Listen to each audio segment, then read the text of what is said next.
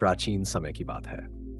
गौतम बुद्ध अपने शिष्यों के साथ यात्रा कर रहे थे। एक दिन जब वे एक गांव के पास पहुंचे, तो बुद्ध ने देखा कि एक व्यक्ति अत्यंत क्रोधित होकर उनकी ओर बढ़ रहा है।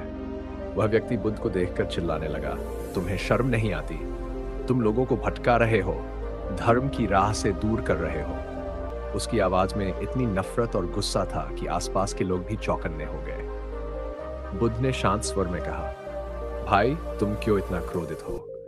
यदि मैं तुम्हें किसी प्रकार का दुख दे रहा हूं, तो कृपया मुझे बताओ, मैं उसे सुधारने का प्रयास करूंगा। उस व्यक्ति ने और भी जोर से चिल्लाते हुए कहा, तुम्हारे शब्दों का कोई मतलब नहीं। तुम तो सबको अपने अनुसार बदल रहे हो। तुम्हारी बातें सिर्फ भ्रमित करती हैं। बुद्ध ने फिर से शांत स्वर में कहा, यदि तुमने मुझे कुछ देने का निश्चय किया हो और मैं उसे न लूं, तो वह उपहार कहाँ जाएगा?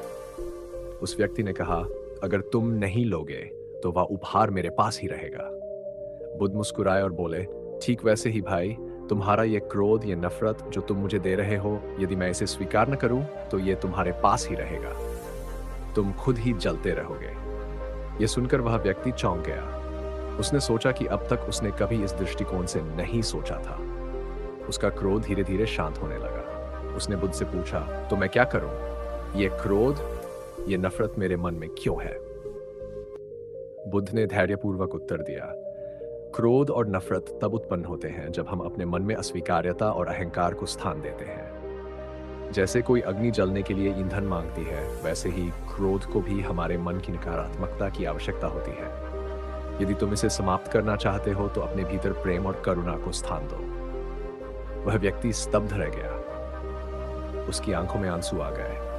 उसने बुद्ध के चरणों में गिरकर माफी मांगी और कहा, हे बुद्ध, मुझे माफ कर दो। मैं अनजान था, आपने मेरी आंखें खोल दी। बुद्ध ने उसे उठाते हुए कहा, तुमने कुछ गलत नहीं किया भाई। हर किसी को कभी न कभी अपनी गलती का एहसास होता है।